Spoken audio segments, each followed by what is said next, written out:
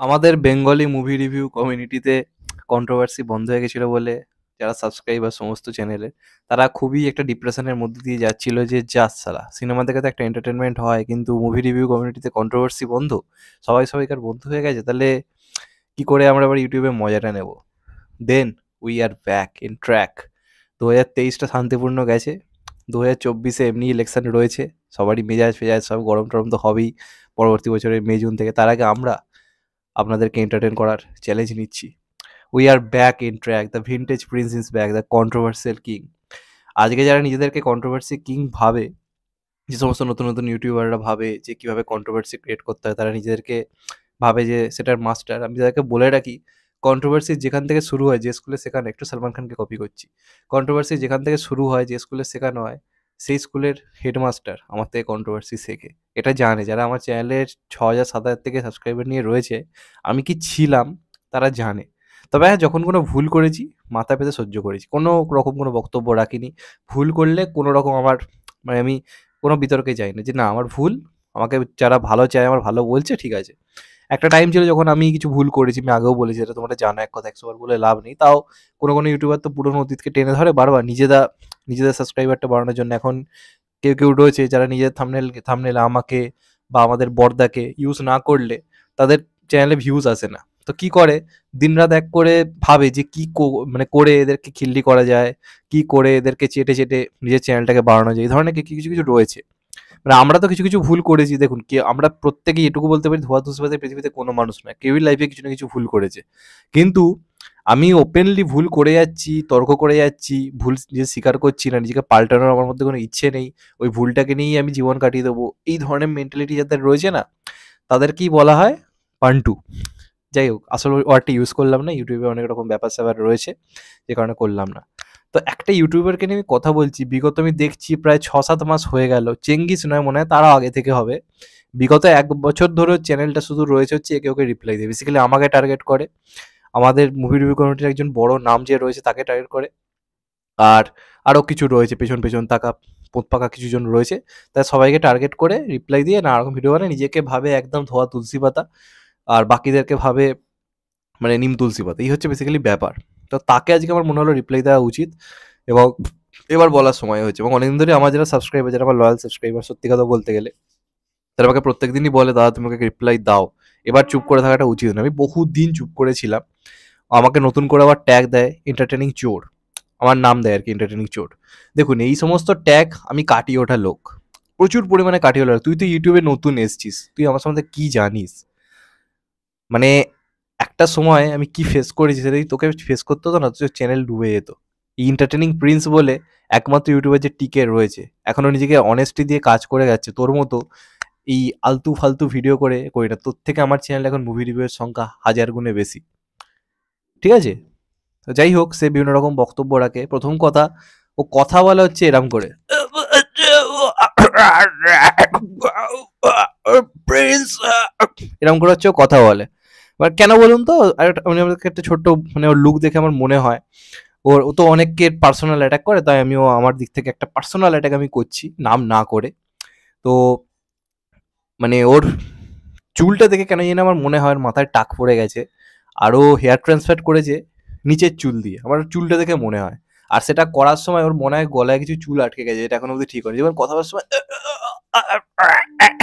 এরকম করে কথা বলে কি করে এত চেঁচাস এরপর আমি সত্যি বলতে বুঝতে পারি না তো যাই হোক এটা গেল একটা দিক ও প্রথম একটা ভিডিও বানায় আমি জওয়ানের তামিল ভার্সন রিভিউ করেছিলাম ঠিক আছে এবার সেটাতে একটা ইনফর্মার ভুল হয়ে গেছিল কারণ সেই ডাবিং ভার্সনটাই ভুল ছিল এবার দেখুন তামিল ভার্সন এসেছিল কলকাতার একটা মাত্র হলে সে অনেক দূরে আমার বাড়ির পক্ষে যাওয়া সম্ভব ছিল না এবার ওইটা স্বাভাবিকভাবেই আমি একটা জায়গা থেকে একজনের কাছ থেকে জোগাড় করে ওটা আমি দেখি ঠিক আছে একজন তামিলিয়ান আমার বন্ধু রয়েছে ওখানে কাজ করে তার থেকে আমি জোগাড় করে জিনিসটা জোগাড় করে আমার মনে হয় যে হ্যাঁ আমি দেখি কোনো যদি ইনফর্ম পাওয়া যায় যে এটা আলাদা কিনা সবসময় তো হলে যাওয়া সম্ভব হয় না এই যে বাংলা এসে অনেক কাজ আমরা সবসময় অনেক সময় পাই না অনেক রেয়ার কাজ আমাদেরকে ওইভাবে দেখতে হয় তো সেই হিসেবে আমিও যেমন হিন্দিটা আমি হলে গিয়ে 2-3 বার দেখি আমার মনে হয় তামিল ভার্সনটা দেখি এবার কোনো কারণে একটা ইনফর্মই ভুল দিয়ে ফেলি যে যোগী বাবু যে চরিত্রটা প্লে করে তামিল ভার্সনটা নেই কারণ যে ভার্সনটা দেওয়া হয়েছিল সেটা একটা ভুল ছিল সে কারণে আমি বলি এবার সেটা নিয়ে ও দিনে 3-4টে করে ভিডিও করে ঠিক আছে আর তাতে রিপ্লাই দিতেই পারে, রিপ্লাই অনেকেই অনেককে দেয়।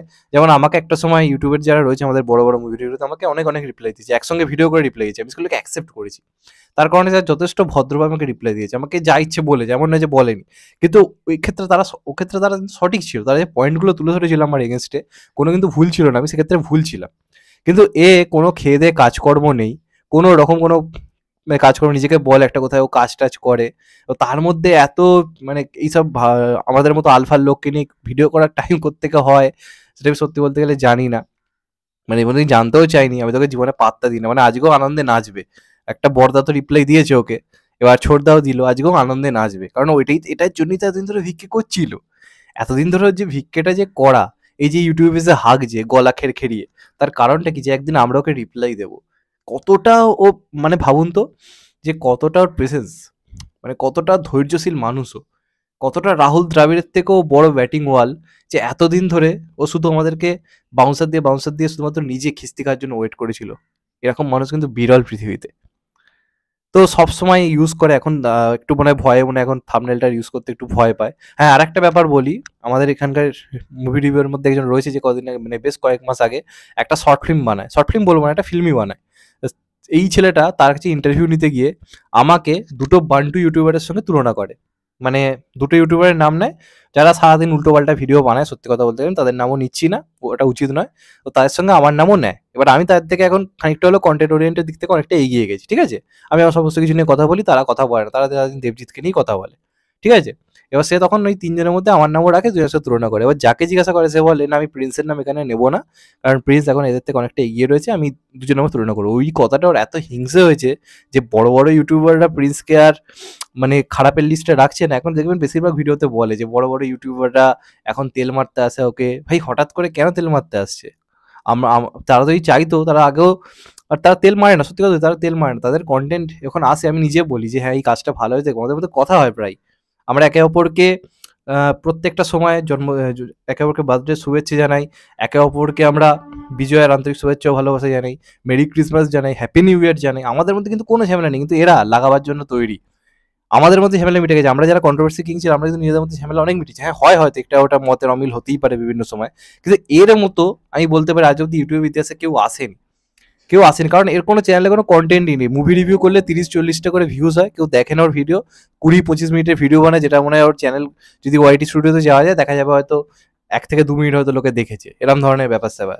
তো সে আবার বড় বড় কথা বলতে আসে, আর যখনই আমাদেরকে নিয়ে কথা বলে তর করে ভিউজ ওঠে। এবার ওটা বুঝেছে যে এটা করলে কি হবে, ওর কিছু সাবস্ক্রাইবার রয়েছে, দেখুন আমার চ্যানেলে কিছু আমার হেটার্স রয়েছে, তারা সাবস্ক্রাইবার তো করে, তারা হেটার্স।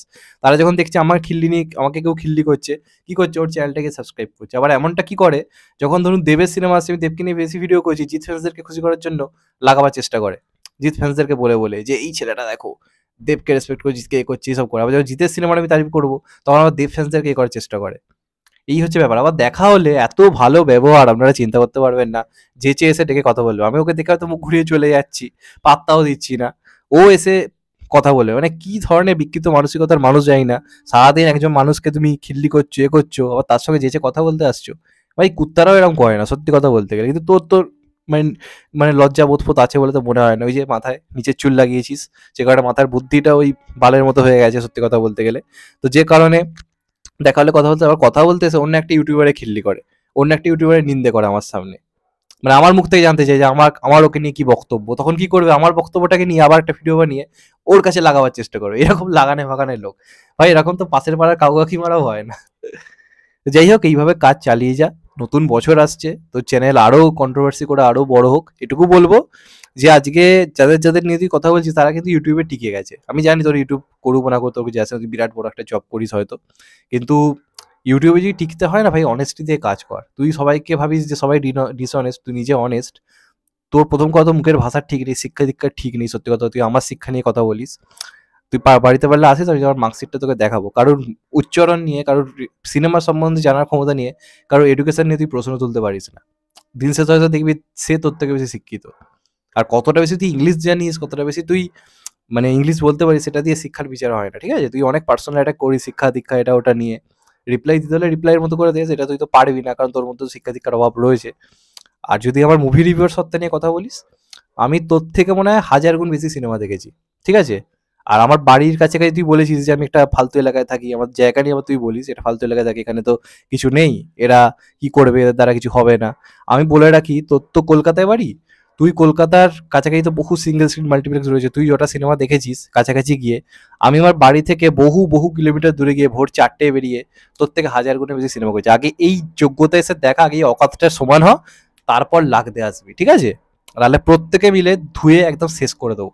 এটা মাথায় রাখবি, নিজের কাজ কর ভালো করে, নিজের চ্যানেলে নিজের কন্টেন্টে মন দে, কথা দিচ্ছি তোর সঙ্গে আমার সম্পর্ক ভালো থাকবে। কিন্তু যদি আর লাগতে আসিস প্রত্যেকটা মুহূর্তে থাম্বনেল এটা ওটা বসিয়ে, তুই নিজের কোনো কন্টেন্ট নেই, শুধু একে ওকে চেটে বড় হোস। আমরা যদি দেবজিৎকে চেটে বড় হই, তুই তো আমাদের চেটে বড়, এটা তো আরো লজ্জার ব্যাপার। আমরা কারা? আমরা কেউই নই, আমাদেরকে চেটে তোকে বড় হতে হচ্ছে। ভাই একটু লজ্জাবোধ আর নিজের মধ্যে, এটাই বলার।